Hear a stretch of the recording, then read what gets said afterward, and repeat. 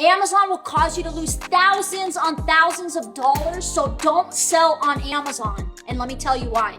Number one, before you even know if a product sells, you have to buy a bunch of inventory, $5,000 to $10,000 worth of inventory. So what happens if you spend $10,000 to $15,000 on a product and it doesn't sell? You're screwed. Number two is you're competing with Amazon itself. Amazon has its own brands like Amazon Basics and many other brands. Just Google it and see for yourself. If they see a product that's selling really good, they can go to the back end of your seller account, see who your supplier is, see what your margins are, and go to that supplier, buy more in bulk and undercut you, and you'll be competing with them, which will cause your business to get screwed completely. It actually happened to me because when I first started my e-commerce journey, I started on Amazon, and then I left Amazon at the end of 2017 because they screwed me over and I had to start from square one. Number three, you don't even own the customers on Amazon. You can't see their email, their phone number, anything like that